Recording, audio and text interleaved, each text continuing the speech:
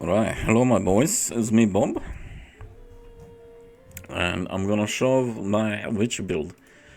This is not gonna be a full-fledged build show or whatever, this is just gonna be a showcase. Because I can't be bothered, and also other reasons, but I'm gonna show a little bit about the build. And, you know, we're gonna do, let me chisel this actually. Gotta chisel it. That's what the doctor ordered. So let's do a map showcase first, right? So this is a low tier map. This build is kind of fresh out of the campaign as well. Doesn't have much gear on it or currency. A lot of the gear is still leveling gear, so but it's still good to kind of showcase straight off the bat what you can do for like low investment, right?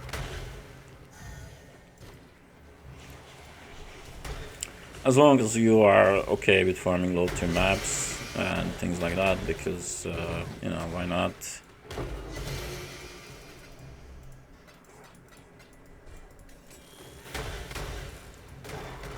There's plenty of low tier farming strategies that are pretty good.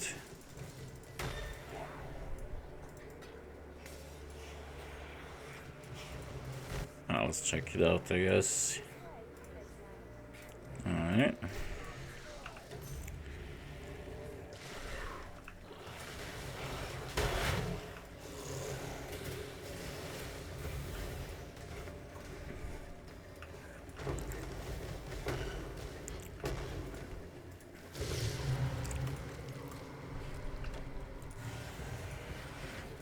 No, wait, I wanted the yellow. There we go. Alright, whatever. Idiot.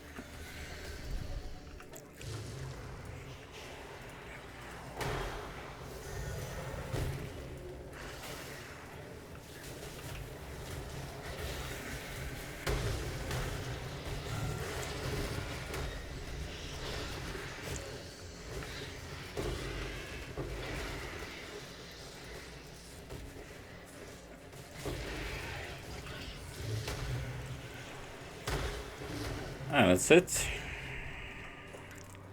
Get out of here. Nice, so as you can see, this is an auto bomber, right? You're mostly just walking and shit dies around us. What is that? It's not a mage blood though. Alright, let me just end the delirium for it, to be honest, because it is getting a bit chunky. There you go.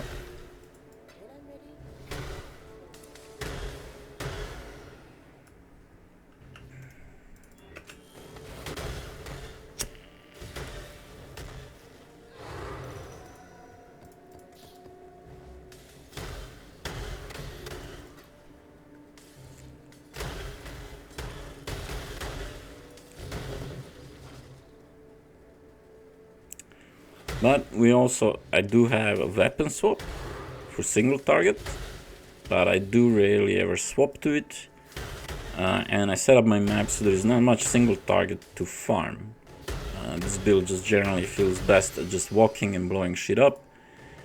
So boxes are pretty cool. A lot of the rares will just die in the explosions from the boxes, right? Especially once I beef up the build a bit more. Right now, sometimes the rares, even if they are like mingled with the pack, will still survive the explosion stuff, right? I mean, I think you saw in the, what is it called? The Sacred Brew, right? The swap to the Blight, right? I'll show the boss as well. I do skip this boss often though as well. Just because it's kind of annoying, it has transitions. And I can't be bothered swapping, just portal out and that's it. Well, it's not a bad juice, like 1,000. I'm kind of testing the harvesting. Let's do one more, just one more quick one. Maybe just to show you what it looks like without the mirror. I'm gonna just skip the mirror for now. Just to show you how it looks like in a normal map. No mirror, no sacred growth, nothing, right? Just to kind of showcase the most like a normal run, right?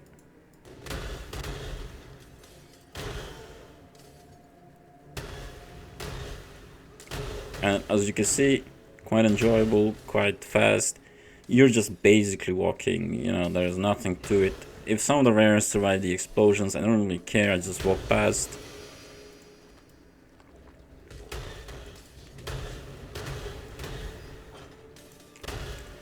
Get to the boxes, you know, open them up, get the loot.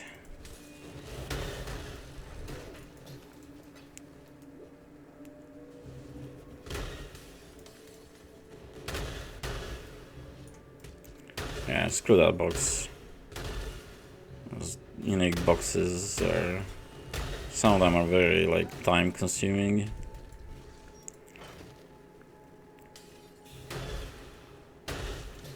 And there are, like, no drops in them.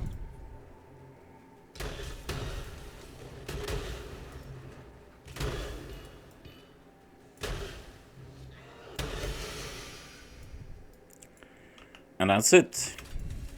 Boom. As you can see, really quick, really fun, nothing much. You're just moving around and shit blows up, right? It's an auto bomber experience, and it's an auto bomber experience pretty much on the cheap. So basically, this build you need maybe like a divine orb or two, like to get it going, right? Preferably you want maybe a bit more, just in case, right? Maybe like 5 divines, let's say. But as you can see, I still have some of the leveling here. I have the boot helmet, I have the hoop from the leveling. You know, I just bought the required items, and that is obviously Death Soot, that's the damage aura, how we do damage. Then,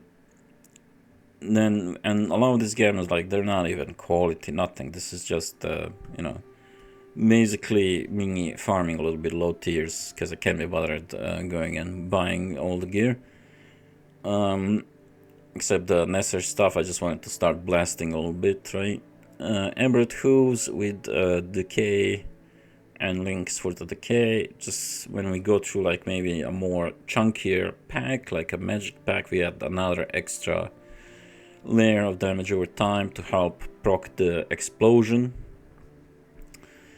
Then this is just randomly found in my stash from some other build. It's just Immortal Flash for some life regen. Some random gloves I had in my stash. It's just life on them, really. None of the other mods are relevant. The hoop I had from leveling. I have the Defiance of Destiny. It's not required, but it's very nice. I'm just trying it out for the build. It's a new unique. This is leveling item. Despair on hit is necessary. I bought this for 10 Chaos Orbs. It's just some life on it and despair. 2 obliteration ones. This is absolutely necessary for how I run my Vici. There are other Death Toad builds where, you know, you can have a single target, like there's a bow build, I think, or something like that. I'm not very impressed by that. I just love my obliterations. I go with the area effect corruptions. I'm also running area effect in the Death Toad. This is very important to get a very smooth experience, especially once you put some currency into the build to make sure everything runs you actually dies in the explosions.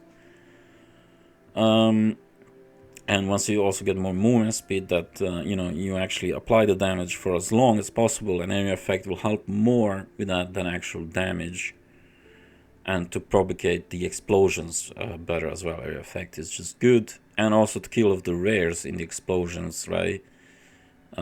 It's not just the damage that you want to get, but also the area effects, so the explosions are more likely to overlap, right?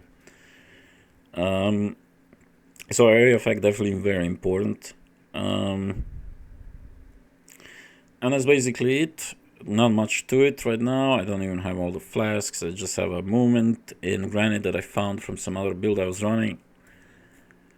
And obviously I am running armor on this. I have determination and malevolence right now. To me it just makes sense because that toad has so much armor. I don't understand why people don't build armor on that toad builds. They're just ridiculous.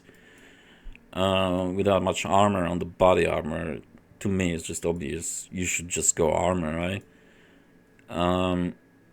The rest is just chaos damage nodes on the tree, right? Let me kind of center this. Life nodes, chaos damage on the tree, you know, that's it. And the aura effect, the reservation stuff, that's it. And we're using life tap, so we're not using any mana at all, right? So we don't care if you reserve all of it. I'm just waiting to squeeze in one more. Once I get, I also need to like figure out stuff. But yeah, it's very simple. There's not much to it. The only thing I'm using 3 grand spectrums for elemental resistances. This was a leveling choice because I was like, these are very cheap, and I can wear them from like level 1. So whenever I get an empty socket, I just chuck one in, get some resistances, right? This will go out of the build. Obviously, this was just temporary for leveling. 3 of them, it helps like cap my res. Well, I'm actually not even capped, but it's fine for like low tier maps. Not important to get capped. It's more important to get like decent defense, like armor is more important, and you know, region, things like that is more important, and the high life pool than, you know, capping your res all the way. It's like not that important. But yeah, I mean, obviously I will cap my res. It's just, you know, when I start gearing. But I wanted to show the build before I invest like 20, 30 divines into it, right? I wanted to show it off what it literally has, basically. At most, this is like 3 divines, right? I mean, I did pay, I think, a divine for the corruption on the astral plate, and then I spent, I think, 2 divines to socket it because it was an item level 2.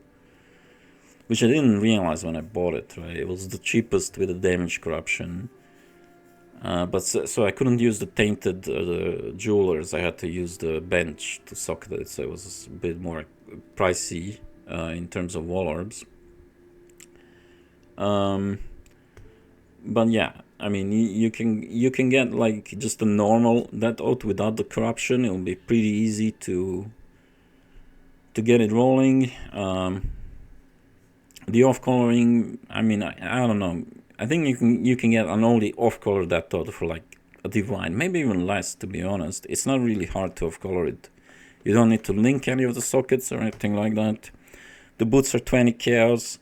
The rest of this is, you know, nothing almost. Right? I mean, I do have some. I think this immortal is like very high rolled and stuff, but that's irrelevant. You know, you can buy a cheap one and it will still work fine. Right, and yeah, but that's basically it when it comes to the build. It's very simple. It's a very cheap auto bomber that just straight after you're done with the campaign just works. All you have to do is get 3 ascendancy points, which is the explosions and the chaos res, so you don't die from the dead out, and you don't even need to necessarily cap your chaos res, just get some regen. Also, what helps a lot if you get chaos res, Armala the Widow, the chaos res against damage over time. Pantheon thing, that will help a lot. With the Death Toad self damage, you don't necessarily need to cap your chaos res, it's not required. Just get the Pantheon, will be more than enough. With at least a positive chaos res, right? Which you will get from the Ascendancy, and maybe get one more item that has some chaos res, and you're pretty much good. So yeah, that's it. You know, a couple of divines and you have a really nice low tier, you know, auto bomber on the cheap, right? There's nothing much to it. There's no huge investments. You don't need to buy any kind of 20 divine unique to enable the build from working, right? You know, but of course, until you do some investments, this build can obviously go into high tiers, but it does require a significant amount of investments for that.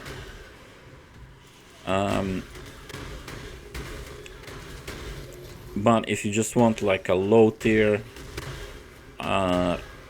quick and easy, low cost, you know, low investment auto bomber, this is like a no-brainer. The investment is pretty minimal and it just works really nicely.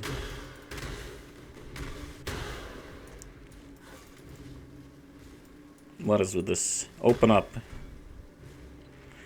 Right, now let's go about the farming strategy, because obviously with a build like this you don't want to do any single targets, so no essence, no beasts.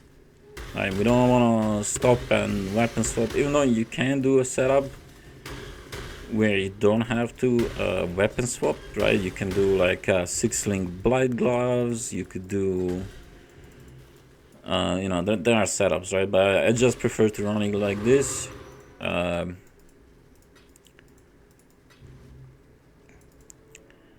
But anyways, let's go through the farm strat, right? Because I just generally want to just walk, shit blows up, pick up the loot, and go on. I'm also testing the harvesting. That's not... Oh, is it this way or shabby? Anyways, let me show you the farming strategy. So don't worry about the harvest. I'm just trying that out. That's not...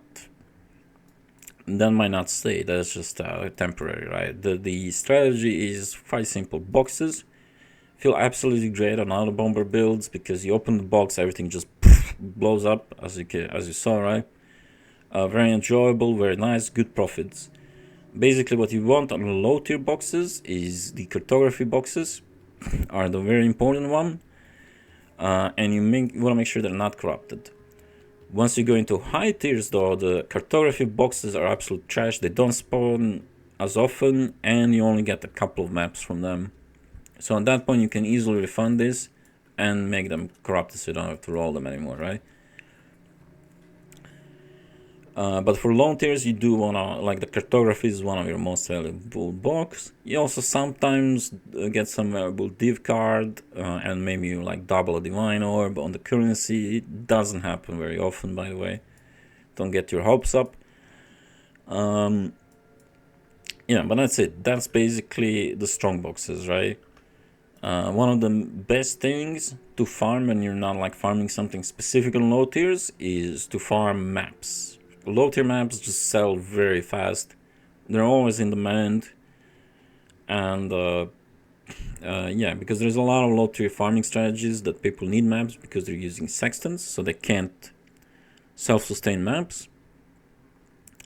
So a lot of the good layouts go for like 3 to 4 cows per map in bulk, like strands, beaches, cemeteries, etc. Right? A lot of good layout maps on low tiers will go for quite a bit of cow serves, right? And the rest of the shit layouts you can also sell off for like 1 chaos each. You can also use a shadow shaping, which is really good whenever you're running low tiers, so you can block off certain maps.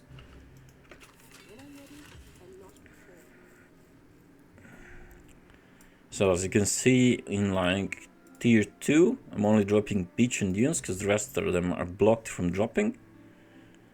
Right, tier 3 I'm doing only dropping lookout and strands and mesa. Right, so these are the like the valuable layouts, right? So that's what I'm shadow shaping, but you can also shadow shape around cemetery, right? Another valuable layout.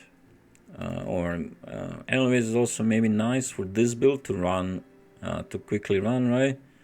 Atoll is a nice layout. Tropical, obviously, you know, it's whatever you want to do is fine. The next thing is the delirium.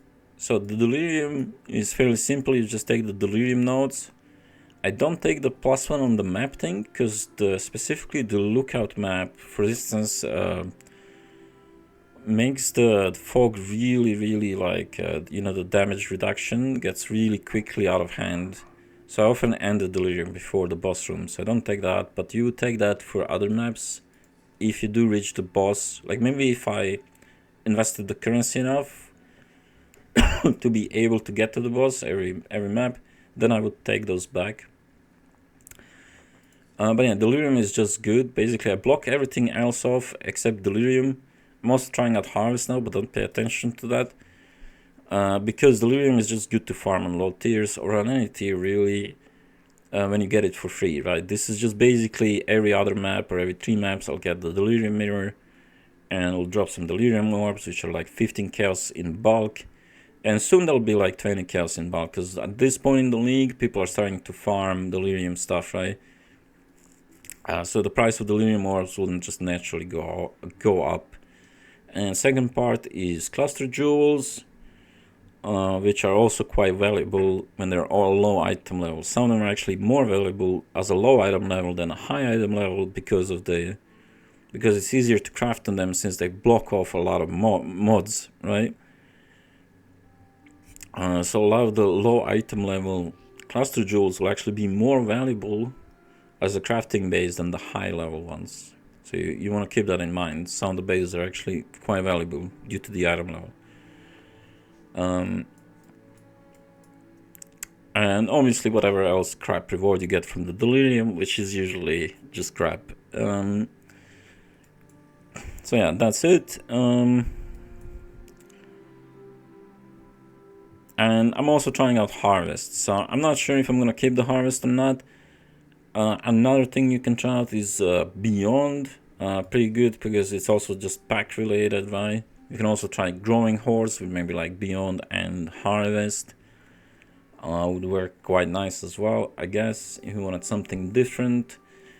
Maybe Ala temples, basically everything that doesn't involve single targets, at least for me, is what I do with my witchy, right? Because I just want to walk around, right? But yeah, that's about it as far as the farming strategy goes. It's a very simple one. I didn't actually finish this map, right? I'm not sure about the whole harvesting. I'm just trying it out. It's not bad, I would say, but I feel like it's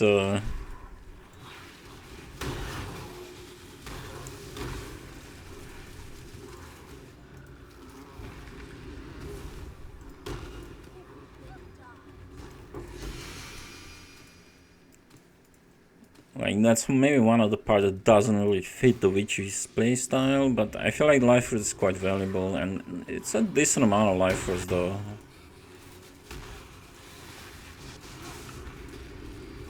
Oh, okay, never mind. Harvest is shit. Okay, well, we can end the showcase here. Where's my aura? There we go. Showcase ended on the death. It's perfect. What is this now? Oh shit, I shouldn't do that when it's when I'm recording. Alright, let's just wall orbit. Okay, never mind. Anyways, thanks for watching and bye bye.